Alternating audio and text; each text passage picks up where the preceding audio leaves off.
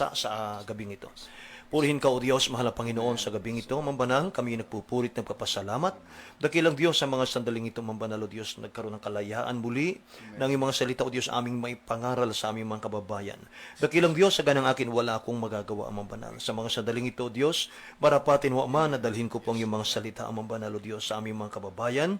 Mahal na Panginoon, linisin mo aking puso, O Diyos, hallelujah, Lord God. Sa pangunat panalangin ng beloved Honorable Pastor Wilde Estrada Almeda. Anoint thy word, O God, mahal na Panginoon, bigyan mo ng pananampalataya ang aming taga-subaybay, O God, sa pamagitan ng salita, mahal na Panginoon. In the name of Jesus we pray. We bind the power of darkness, unbelief and doubt, hindrances cast out in Jesus' name. In Jesus' name. Amen. Amen. Hallelujah. Purihin na dakilang Diyos, mga kapatid ko, pinakamataas pong papuri, iluwalhati, pagdakil at pagsamba ay natatangi sa ating pinakamamahal na Panginoong Jesus sa gabing ito. At ako po ay nagbibigay ng dobling paggalang pagbati po sa ating beloved Honorable Pastor Wilde Estrada Almeda, the end-time prophet of our loving God. May mahal ganun din po sa kanyang butihing mga anak, the Almeda children, the whole Almeda family, at patuloy po naming pag-alaala, may mahal sa ating beloved Honorable Stand Pastor Linas C. Almeda. Sa lahat ng aking mga kamanggagawa at mga mangangaral ng ating pumalang na gawain, mga inmahal ko, magandang gabi po sa inyong lahat. Praise God. At sa lahat ng ating mga viewers, here and abroad, mga kapatid, sama-sama tayo sa Word of God sa gabing ito. Sa aklat po ng James, chapter 4, verse 14, mga inmahal, ang sabi po ng Bible, whereas you know not what shall be on the morrow. For what is your life? For what is your life? It is even a vapor that appeareth for a little time and then vanisheth away. Sa Tagalog po, beloved brother. Ito po, aklat ni Santiago, Kapitulo 4, versikulo 14. Kayo nga hindi nakakalam ng mangyari bukas. Ano ang inyong buhay? Kaya nga kung isang singaw na sa sandaling panahon ay lumilitaw at pagdakay napapawi. Amen. Dakilang Diyos ang magpala ng kanyang mga salita, mga minamahal sa gabing ito. What is your life? Mga minamahal, yan ang ating pong title.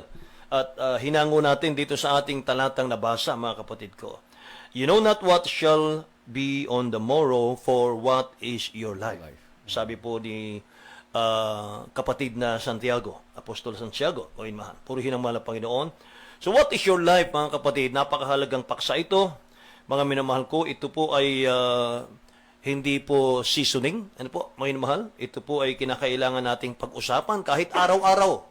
Mga minamahal ko, hindi po ito nakakasawa sapagkat dito natin, mga minamahal, makikita gaano kahalaga ang buhay. At ang buhay po natin, mga kapatid ko, ay hindi natin hawak. Hindi tayo ang may hawak ng ating buhay. Amen. At ang buhay, mga minamahal ng tao, ang buhay natin ay maiksi lamang, mga kapatid. Gaano man po kahabang taon ang ipamalagi mo rito sa mundo. Mas paniwalaan po natin yung sinasabi ng dakilang Diyos sa kanyang salita, mga kapatid. Huwag po nating hayaan na tayo po'y dayain ng sinuman, mga minamahal ko, na sasabihin nilang, mahaba pa ang buhay mo, bata ka pa, mga minamahal. Mahaba pang ilalagi mo sa mundo, mga kapatid. Huwag tayong magpaninlang sa ganon, mga minamahal. Kasi po, mga kapatid, kung tayo po'y maniniwala na imposibleng tayo po'y mamatay kaagad, mga minamahal ko, ay maaaring iguguli natin ang ating buhay sa layaw ng mundo, mga kapatid. Kaya kahit taglay mo ngayon yung kalusugan, o mahal, kahit health conscious ka ngayon, kahit taglay mo yung kalakasan ngayon, talino, hindi mo pa rin po masasabi kung ano mangyayari bukas sa iyong buhay, sa aking buhay, sa ating buhay, mga minamahal ko. So, huwag dayain ang sarili, mga minamahal ko, na makakasama mo pa yung mga loved ones, yung ating mga loved ones, mga minamahal ko, ng mahabang panahon. Huwag po nating isipin na marami ka pang kayang gawin sa mundo, mga minamahal ko. Huwag din po nating iisipin, mga minamahal, na aabot ka pa ng 80 years old, aabot ka pa ng 90 years old, ng 100 years old, ng 120 years old. Mga minamahal, hindi natin masasabi yun, mga kapatid. Sapagkat sinasabi ng Biblia, it is appointed unto man once to die, and after this, the judgment. Nakatakda sa tao ang mamatay na minsan, pagkatapos ay paghuhukom na yun. Paghuhukom, mga kapatid. Sa Hebreo 9:27 po yun nakalagay. At mga minamahal ko, ang pinakamagandang gawin po natin, yaman nilang sinasabi ng Biblia, na ang buhay natin ay katulad lang daw ng singaw, mga kapatid. Makikita mo, pumapainan lang ang usok. Ang singaw, mga mahal, makapal na usok, maya-maya wala na siya. Ganon daw ang buhay natin. Kaya ang magandang magagawa natin, mga mahal, sa ating mga buhay ngayon, ay mamuhay tayo sa kalooban ng ating mahal na Panginoon. Mamuhay tayo one day at a time, mga kapatid. Yung mga minamahal, habang nabubuhay ka ngayong araw na ito, mga kapatid, kailangan mo pang manalangin, mga mahal, bago ka matulog, upang nang sa ganon, mga kapatid ko, gisingin ka pa ng dakilang Diyos pagdating po ng umaga, mga minamahal ko. Sapagkat sa pagtulog po natin, hindi po natin alam, mga minamahal ko, kung magigising pa tayo. Ano po? Dahil wala na po tayong malay nun, mga kapatid. At mga minamahal, ang wise na tao, mga kapatid ko, ay yung bago ka pumanaw sa mundong ito, anytime now, magampanan mo yung pinagagawa ng dakilang Diyos sa iyo, mga kapatid ko. Sapagkat, mga minamahal ko, sabi nga po ng kasabihan ay, only one life will soon be passed, only what's done for Christ will last, mga kapatid. Lahat po ng bagay, isang buhay ang mawawala sa mundo, may mahal, at ang tangi natin, mga kapatid ko, madadala sa ating mahal na Panginoon, ay yung mga ginawa natin, mga kapatid, para sa Kanya, para sa Kanyang kaluwalhatian, mga minamahal ko. Purihin ang ating dakilang Diyos. Kaya mga minamahal, ang buhay po natin, mga kapatid ko, lalong-lalo na sa mga hindi pa naglilingkod sa ating dakilang Diyos na buhay. Ang sabi po ng Bible, ang buhay po natin ay punong-puno ng kabagabagan. Bat-bat tayo ng mga problema, kahirapan, mga minamahal, anxiety, depression, problema, mga minamahal, mga deadlines po natin, kinakailangan magtrabaho sapagkat yung mga deadlines natin, may mahal, walang katapusan yan, mga kapatid ko, habang nabubuhay ka. Sabi ng Job chapter 14 verse 1, man is born of a woman is of few days and full of troubles.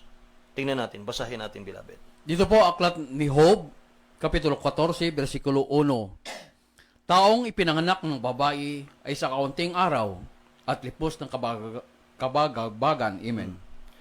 Ang pagkapanganak, mga minamahal ko, ng tao sa mundo, mga kapatid, pagluwal natin sa ating mga magulang, mga minamahal ko, ating mga mahal na ina, ayun mahal, kaunti lang daw a few days lang daw full of trouble. Kaunti lang ang buhay natin. Maiksi lang ang buhay natin, full of troubles pa. Kaya sino po ang hindi maglilingkod sa dakilang Diyos dyan, mga minamahal? Sapagkat kapag nakilala natin ang ating mahal na Panginoon, mga kapatid, bibigyan kanya ng kapahingahan. Amen. Sa iyong pagal, mga minamahal na kaluluwa. Kaya ang tao po ay maiksi lang ang buhay, sabi ng Bible. Puno pa ito ng problema, sabi niya. At makikita mo sa Bible, mga kapatid, binibigyan na lang pala ng dakilang Diyos ngayon ng tao, may mahal, ng 70 hanggang 80 years old. Pero pag lumampas ka pa dyan, mga minamahal ko, biyaya na lang ng Diyos yan. No? Nabubuhay na lang tayo sa biyaya ng ating mahal na Panginoon. Sa Psalms chapter 90, verse 4 hanggang 6, mga kapatid, itatalo natin, beloved, sa 10 at sa 12. Amen. Panginoon mahal, for 1,000 years in your sight are like yesterday when it is past, sabi rito, and like a watch in the night. You carry them away like a flood. They are like asleep. In the morning, they are like grass which grow up. In the morning, it flourishes and grow up. In the evening, it is cut down and wither.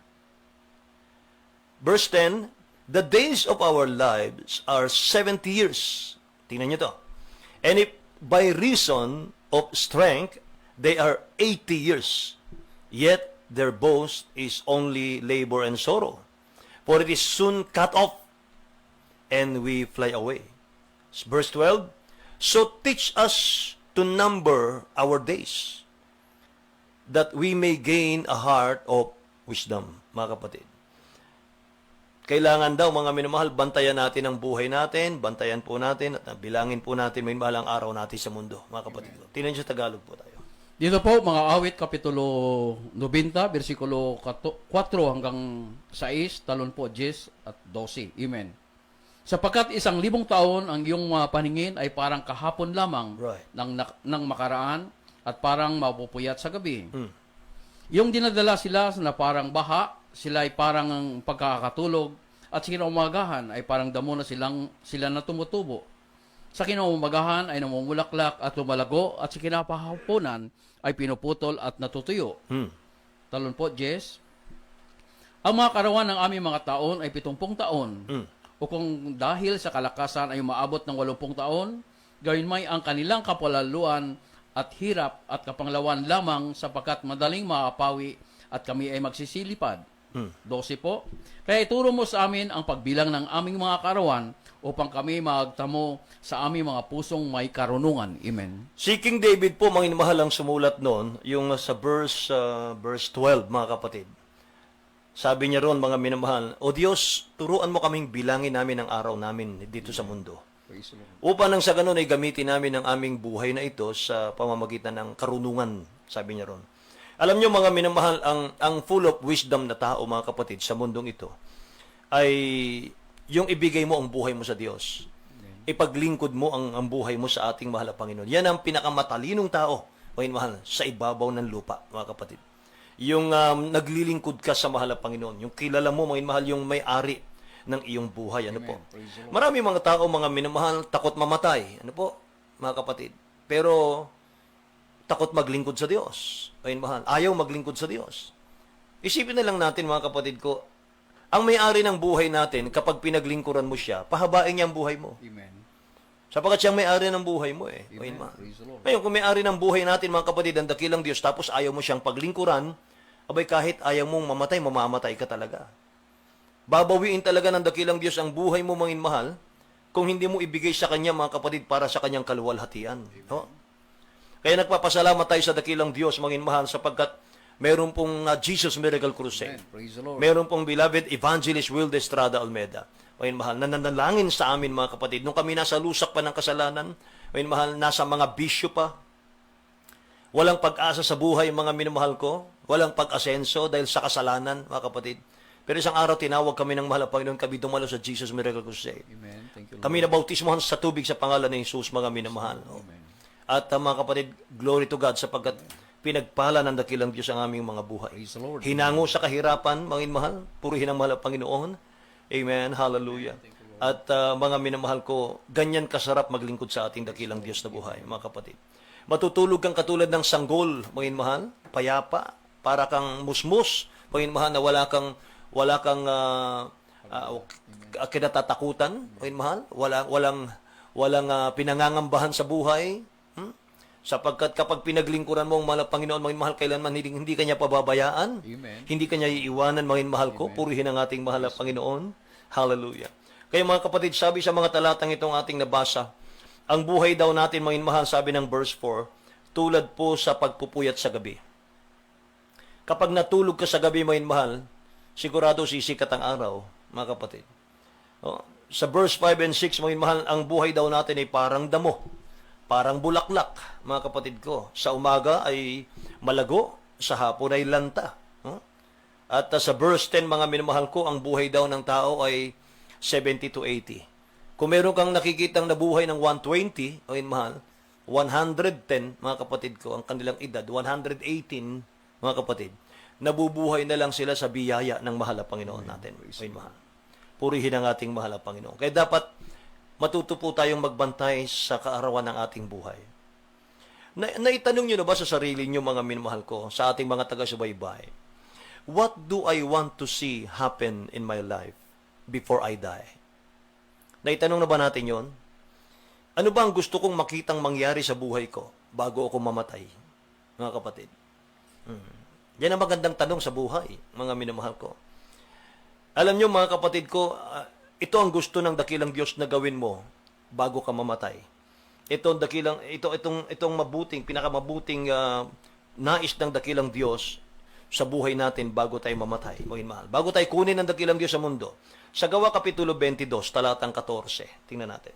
Ito po aklat ng Gawa, Kapitulo 22, versikulo 14. At sinabi niya, ang Panginoon, ang ating mga magulang, ay tinalaga ka upang mapakilala mo ang kanyang kalooban at makita mo ang banal at marinig mo ang isang tinig mula sa kanyang bibig. Amen. Purihin ang ating dakilang Diyos. Yan ang gustong magawa natin. Gusto ng dakilang Diyos na gawin natin.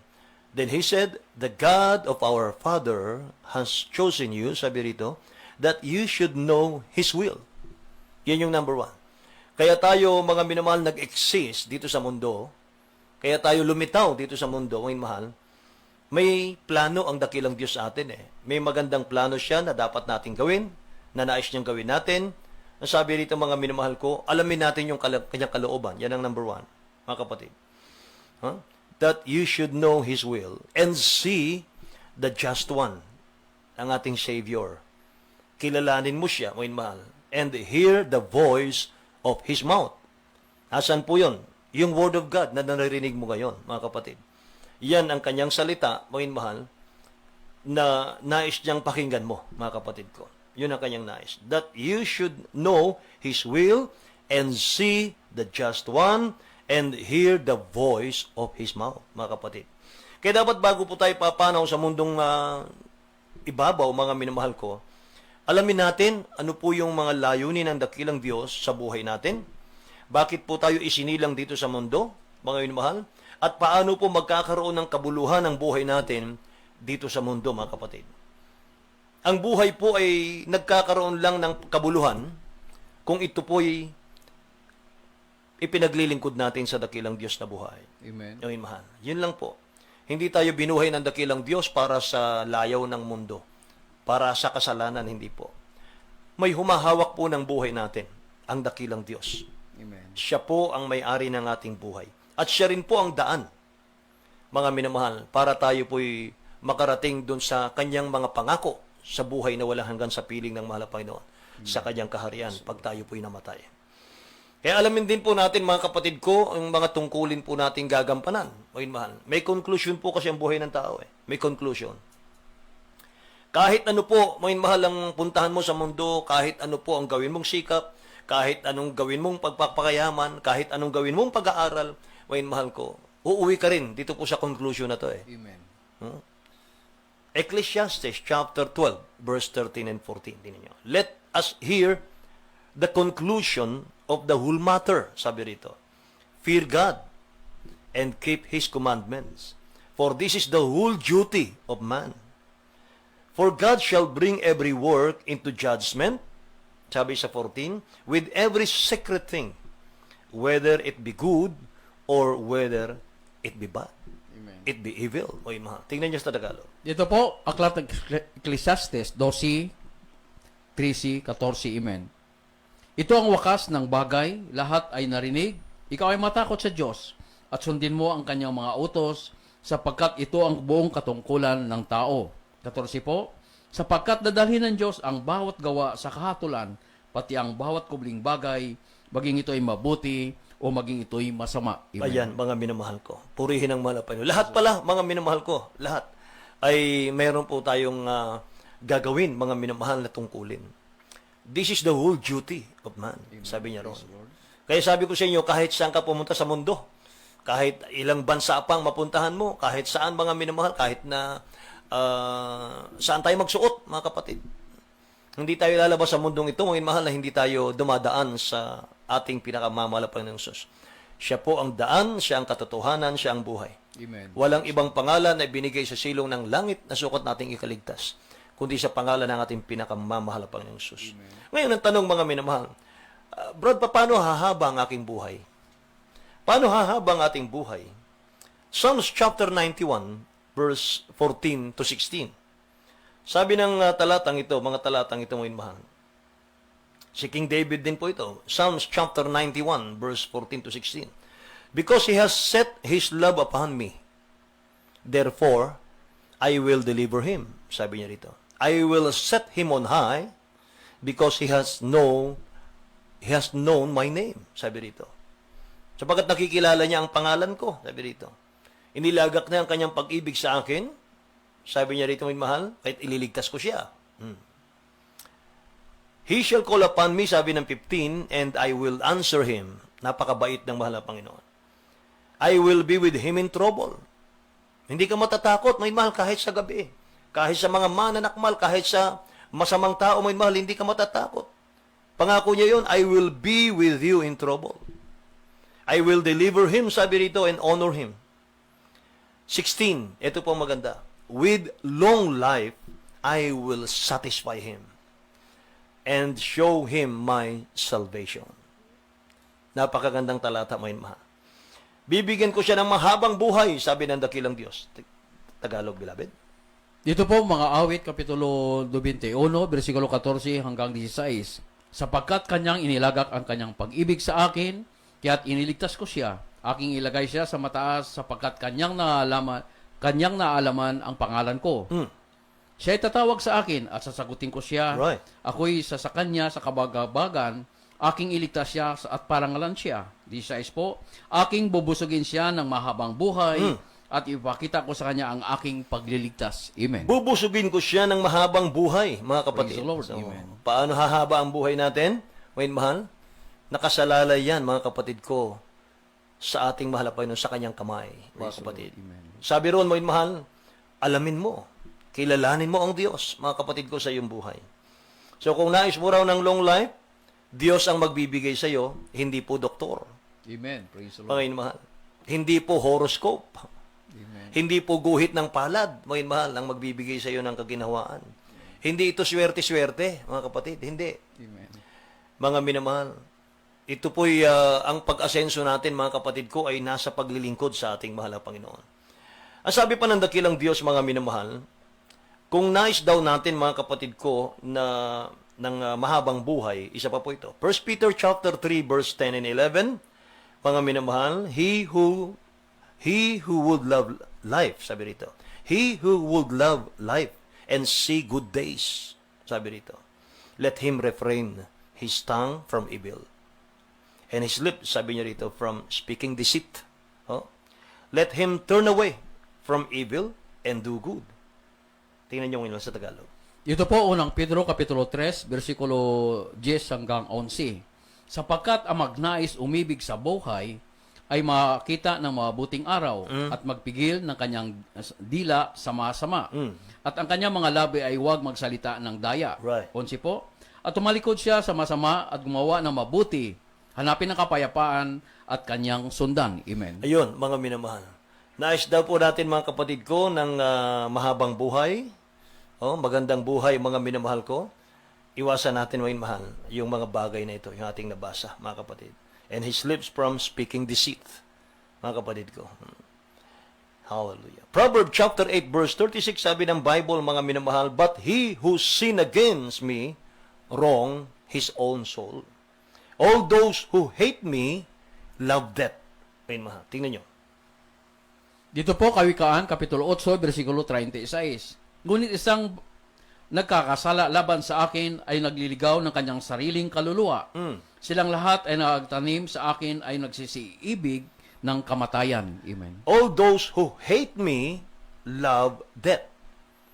Mga minamahal, paano natin matatakasan ng kamatayan, mga minamahal ko, kapag hindi natin pinaglingkuran ang ating pinakamamahal na Panginoon? Ang tanggihan mo, mga kapatid ko, ang maglingkod sa dakilang Diyos, tatanggihan mo yan, mga mahal ko, nire-reject mo ang dakilang Diyos sa iyong buhay. Na kapag inireject mo ang dakilang Diyos sa iyong buhay, mga minamahal ko, ang sabi ron ay iniibig mo ang kamatayan, mga kapatid. Pinapaigsi mo ang iyong buhay, mga mahal, sa pamamagitan ng hindi mo paglilingkod sa ating dakilang Diyos na buhay. Kaya masasabi ko po, mga kapatid ko, huwag kayong magagalit. Ano po? Doon sa mga tao, mga mahal, gaano ka man kalusog, gaano ka man ka health conscious, mga minamahal. No? Kahit sabihin man ng doktor, mga kapatid, na itong inumin mo, itong gawin mo, huwag kang maninigarilyo, huwag kang magpupuyat, mga minamahal, mag-exercise ka, mga kapatid ko, hahaba ang buhay mo, mga minamahal. Pero hindi ka naglilingkod sa dakilang Diyos, mga kapatid ko. Ang taong hindi naglilingkod sa dakilang Diyos, umiiksi ang buhay.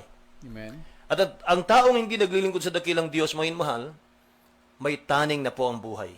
Amen. Naku, mabigat po yan. Ako, may taning na ang buhay, napakalusog ko. Yes po. Kasi wala sa iyo ang Savior. Wala sa iyo ang may-ari ng buhay mo. Kaya anytime, mga mahal, pwedeng sumalakay si kamatayan na hindi natin alam, mga kapatid. Oh. Purihin ang mahal ang Panginoon.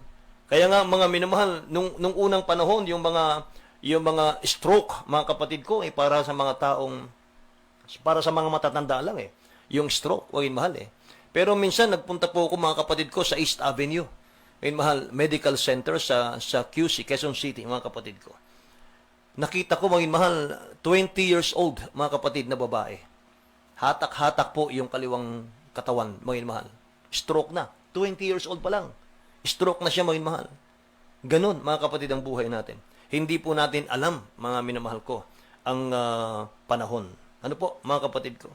Kaya nga, mahal, sabi po ng banal na kasulatan, mga kapatid, but he who sin against me wrong his own soul. Ang kamatayan po ang huling kabanata ng ating buhay na ito. Itong buhay natin sa lupang ito, pansamantala lang to, mga kapatid. Temporary lang to, meron talagang buhay na walang hanggan sa kabilang buhay. Amen. Dalawang bagay, buhay na walang hanggan sa impyerno at buhay na walang hanggan sa piling ng dakilang Diyos, mga kapatid ko. Yung buhay natin dito, ito po yung unang kabanata, mga minamahal, ng buhay natin. At yung walang hanggang buhay, mga minamahal, ay naroon po, mga kapatid ko, sa dalawang destinasyon pagpipiliin po natin, mga minamahal. Kung nais po nating mapahamak, sige po, magkasala ka. Sige po, mga minamahal, ibigay mo ang buhay mo sa kalayawan. Sabi ng Timothy chapter 5 verse 6, mga minamahal, ang nabubuhay sa kalayawan sa mundong ito, buhay pa siya, patay na siya sa harap ng Diyos. Amen. Mga kapatid. Kaya nga, Isaiah chapter 60 verse 12, mga minamahal ko, ang bansa o kaharian na hindi maglilingkod sa dakilang Diyos, mapapahamak Tingnan nyo. Ito po, aklat ni Isias, Kapitulo 60, versikulo 12. Sapagkat yaong bansa at kaharian na hindi maglilingkod sa iyo ay mamamatay, o ang bansang yaon ay malilipol na lubos. Amen. Mga minamahal, sabi ron, bansa o kaharian na hindi maglingkod sa dakilang Diyos, mapapahamak mamamatay, mga kapatid ko. So, every moment counts, mga minamahal. Kinakailangan po bilangin natin yung bawat sandali, mga kapatid, ng ating buhay. Mga minamahal, ito nga po ang ating programa ay napakaigsi po ng 1 oras, mga kapatid. Naiigsian po kami rito sa 1 oras. Ayun, mahal. Napakabilis ng oras natin, mga kapatid ko. Hindi ko namamalayan, mga minamahal ko, matatapos na ang ating programa, mga kapatid. So, dapat nating bilangin ang bawat sandali ng ating buhay, mga minamahal ko. Dahil hindi po natin alam, mga minamahal, hindi natin alam ang mangyayari bukas. Dapat hindi po nasasayang ang buhay natin. Makatitiyak ka lang, mga minamahal ko, na walang masasayang sa buhay mo kung ito po'y ibinibigay mo ang gloria sa mahal na Panginoon. Pinaglilingkuran mo siya, mga minamahal. Tanggapin natin siya bilang sariling tagapagligtas. Isuko natin ang buhay natin sa ating mahal na Panginoon, mga minamahal ko. Hallelujah. Mga minamahal, gusto ng dakilang Diyos maging mahalaga sa iyo ang buhay mo. Huwag nating sayangin yon, mga kapatid. Kaya nga minsan magtataka po yung inom ng gamot, mga minamahal ko. Sabi nga po nung isang pasyente, mga minamahal, ininom ko na lahat ng gamot, hindi pa rin ako gumaling. Bakit? Anong dahilan? Yung pala, mga kapatid, inom ng gamot, ayaw namang lumayo sa mga bisyo, mga kapatid ko. Ganon yun alam nyo, mga mahal, kapag ang tao po nasa impyerno na, walang ibang dapat sisihin kundi siya mga kapatid. Pinili mo yan Panginoon mahal, ito ang ating mahal na Panginoon. Sabi niya, Panginoon mahal, gayon na lang ang pagsinta ng dakilang Diyos sa mga tao sa sanlibutan na kanyang binigay ang kanyang bugtong na anak. Amen. Na kung sino man ang sasampalatayay, huwag mapahamak, Amen. kundi magkaroon ng buhay na walang hanggan, mga kapatid Amen. ko. Praise the Lord. Kung hindi mo pahalagahan, mga minamahalang dakilang Diyos sa buhay mo, ngayong malakas ka, ang tanong po ay, who promised you tomorrow? Ngayon mahal. Sinong nangako sa iyo ng bukas buhay ka pa? Tomorrow is not yours, mga kapatid ko. Hindi po natin hawak yun. And tomorrow might be too late, mga kapatid. Kailan ka maglilingkod sa mahal na Panginoon kapag nasa ICU ka na? Kailan ka tatawag sa dakilang Diyos? Kailan mo siya tatanggapin bilang tagapagligtas, mga minamahal, kapag ka nakapitan na ng mga aparatos ang katawan mo, mga minamahal, at naghihingalo ka na sa ICU, mga kapatid ko? It's too late. Kaya sabi ng Bible, mga minamahal, 2 Corinthians chapter 6 verse 2, now is the day of salvation, now is the accepted time. Mga minamahal. Kaya habang inaawit po natin, mga kapatid ko, ang awiting tomorrow, mga minamahal, Ihanda natin ang ating mga puso, mga kapatid. Panginoon mahal, tanggapin natin ang dakilang Diyos bilang sariling tagapagligtas. Amen.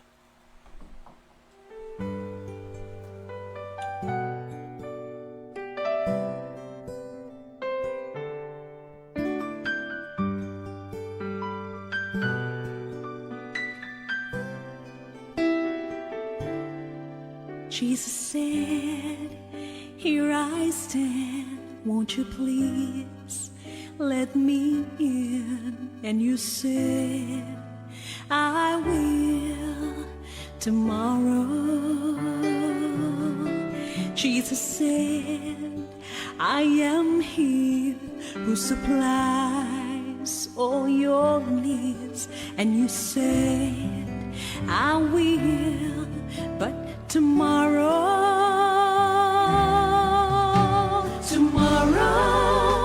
I give my life. Tomorrow, I thought about today, but it's so much easier. Purihin po ang ating dakilang Diyos, mga minamahal, sa mga ngayon ay nakikinig, nanonood sa ating palatuntunan. Ngayon mahal, kung kayo po'y kinausap ng dakilang Diyos sa pamagitan ng mensaheng ito, mga minamahal, magsiguro po tayo sa ating buhay, mga kapatid. Hindi natin hawak, wala tayong kasiguruhan. Mga minamahal ko, kapag hindi ka naglingkod sa mahal na Panginoon, mapapahamak ka. Minamahal. Kapag naglingkod ka naman sa mahal na Panginoon, hahaba ang buhay mo. Purihin ang dakilang Diyos. Mga minamahal, kaya ang kaligtasan po may 4 na bagay na dapat natin gawin. Faith, repentance, mga minamahal, water baptism in the name of Jesus, Holy Ghost baptism. Mga minamahal, kinakailangan natin sampalatayanan ng Word of God, mga kapatid ko, na yan ay pangungusap ng dakilang Diyos sa atin, at magkaroon tayo ng makadiyos sa pagsisisi, mga inmahal, buong pusong, mga kapatid ko, ibigay mo ang buhay mo sa mahal na Panginoon, buksan ang ating puso, mga inmahal, at bautismo sa tubig sa pangalan ni Jesus, by immersion, mga inmahal ko. At yan po'y sinasagawa natin, mga inmahal, sa ating mga gawain, libre po yan, walang bayad, mga kapatid ko. Ang bautismo sa tubig, yan po'y para mapatawad tayo sa ating kasalanan. Sabi ng Acts chapter 2 verse 38, "Repent and be baptized every one of you in the name of Jesus Christ for the remission of your sins, and ye shall receive the gift of the Holy Ghost." Ayun mahal. Kaya mga kapatid ko, sundin niyo po ako sa aking panalangin sa mga sandaling tuminman sa inyong mga tahanan. Ipikit natin ang ating mga mata, mga minamahal ko. Hawakan natin ang ating mga receiver sa gabing ito. Sabihin po ninyo, "Mahal na Panginoong Hesus, maraming salamat po sa ebanghelyo ng kaligtasan na aking napakinggan sa gabing ito. Mahal na Panginoong Hesus, isa akong taong makasalanan, marumi sa iyong harapan. Ngunit o Diyos, ako'y sumasampalataya na ikaw ay namatay sa krus ng Kalbaryo dahil sa aking mga kasalanan. Hinugasan mo ng banal mong dugo ang aking kasalanan, o Diyos. Kaya sa mga sandaling ito, ako'y lumalapit sa iyo. Mahal na Panginoon, o Diyos, binibigay ko po ang buhay ko. Pumasok ka sa aking puso. Maglilingkod ako sa iyo, mahal na Panginoon, sampu na aking sa buhay. Isulat mo po ang aking pangalan sa kalat ng buhay sa iyong kaharian. Ito po ang aking samot dalangin sa pangalan ni Jesus. Amen.